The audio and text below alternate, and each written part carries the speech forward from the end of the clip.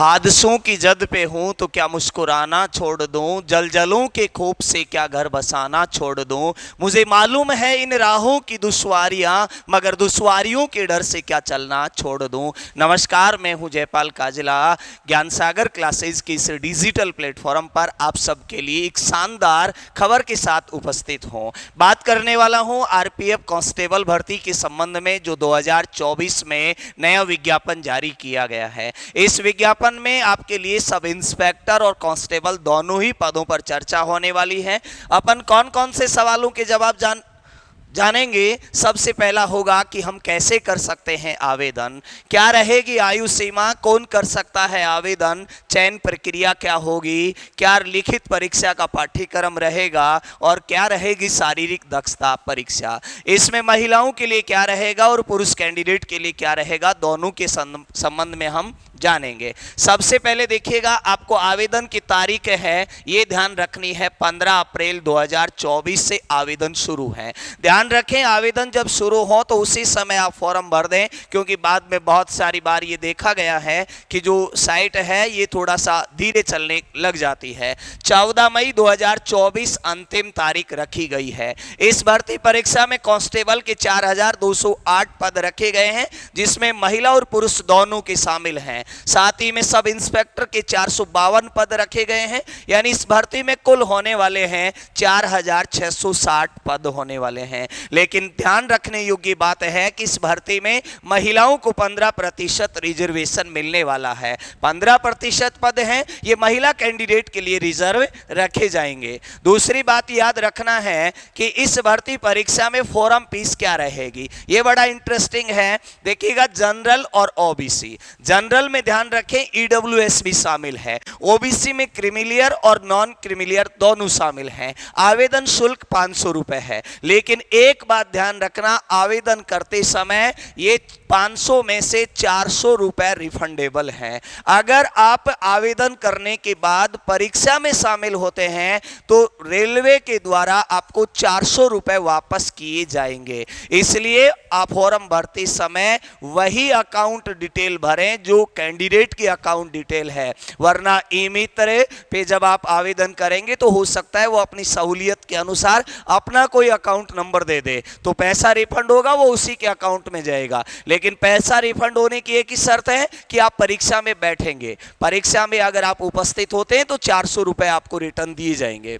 अगर आप SC ST से बिलोंग करते हैं या आप एक्स सर्विसमैन हैं तो आपको 250 रुपए आवेदन शुल्क देना होगा। साथ में अगर आप कांस्टेबल के लिए आवेदन कर रहे हैं तो आपकी शैक्षिक योग्यता 10वीं पास होगी, और अगर आप सब इंस्पेक्टर पद के लिए आवेदन कर रहे हैं तो आपकी शैक्षिक योग्यता ग्रेजुएशन होगी, यानी स्नातक की डिग्री आपके पास होनी चाहिए। स्नातक के समकक्ष को भी इसमें शामिल किया जाएगा। दूसरी बात, आयु सीमा के ध्यान रखिएगा, कांस्टेबल के लिए 18 से 25 साल का कैंडिडेट आवेदन कर सकता है। कितना?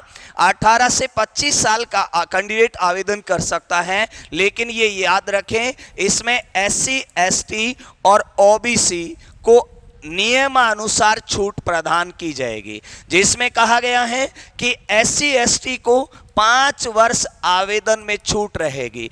कैटेगरी से आते हैं, चाहे ओबीसी में क्रीमिलियर हो चाहे नॉन क्रीमिलियर हो, आपको 3 वर्ष की छूट प्रदान की जाएगी। कितने?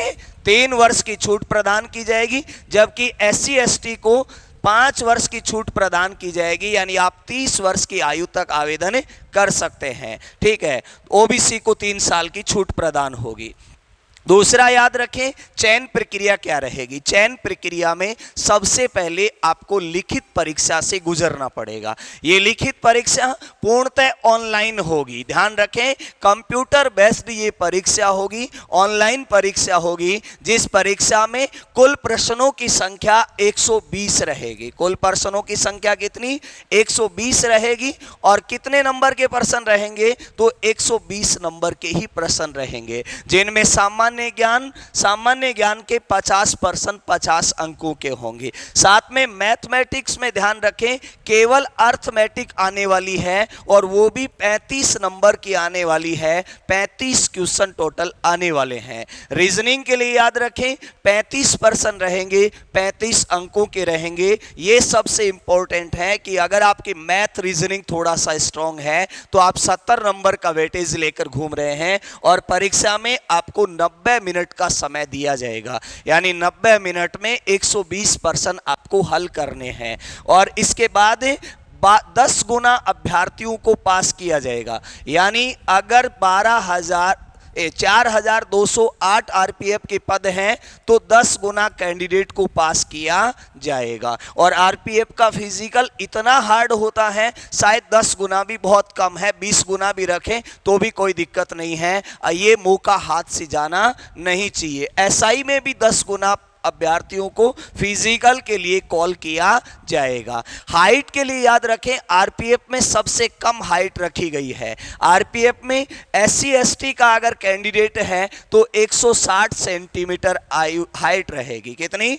160 सेंटीमीटर रहेगी। और अगर जनरल या ओबीसी का है तो 165 सेंटीमीटर हाइट रहेगी। मैं बात कर रहा हूं पुरुष कैंडिडेट के संबंध में, ठीक है। और दूसरा, अगर महिला कैंडिडेट की अगर अपन बात करें तो महिला कैंडिडेट के लिए हाइट तो 157 सेंटीमीटर ही रखी गई है ओबीसी और जनरल के लिए, जबकि एससी एसटी की अगर महिला है तो 152 सेंटीमीटर हाइट में भी आवेदन कर सकती है। यानी बहुत सारी आपने बेल्ट की नौकरियों में देखा होगा कि फिजिकल बीच में आता है कि मेरी हाइट नहीं है, 170 सेंटीमीटर नहीं है, 168 सेंटीमीटर नहीं है, लेकिन रेलवे में सबसे कम हाइट वाला अभ्यर्थी भी आवेदन कर सकता है, ठीक है। ये इन सब इंस्पेक्टर के लिए है और इंस्पेक्टर के लिए, दोनों में भी ध्यान सब इंस्पेक्टर और कांस्टेबल दोनों में लंबाई का मापदंड है, ये समान ही रहेगा। दूसरी बात, रनिंग के लिए याद रखें 1600 मीटर की रेस होगी, 6.5 मिनट का समय दिया जाएगा। लेकिन फीमेल कैंडिडेट के लिए